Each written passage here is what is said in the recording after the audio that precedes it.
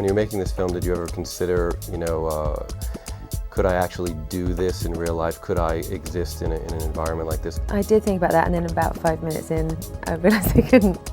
It was just the cold part I couldn't have handled.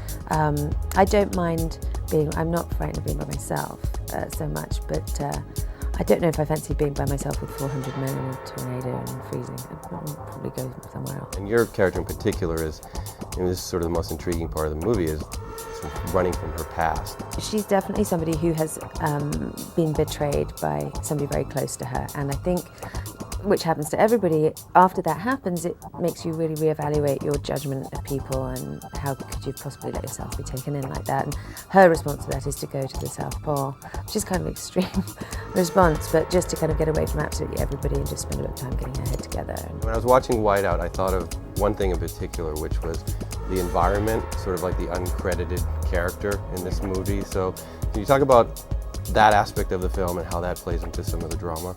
I mean, the point is that these characters are in the South Pole. I mean, they really are in this kind of very compressed, isolated environment, extreme weather conditions, and that just does make everything a little bit more intense.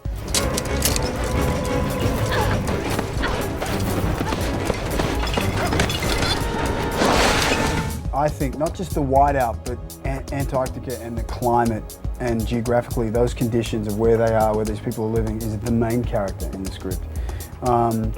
It's ever present, it's ever dangerous, and it's just on the other side of the doors of this very confined base that they all live in. Can you talk about your role? Price is a former Special Forces soldier, and now he's working for the UN. He's come down to Antarctica to help Carrie Stetko solve the first murder in Antarctica.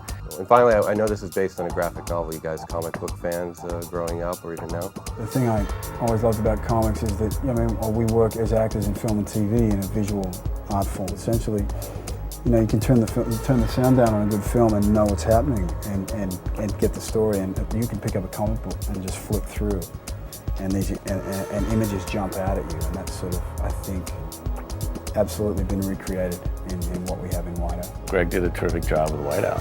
We've got some great source material for this film.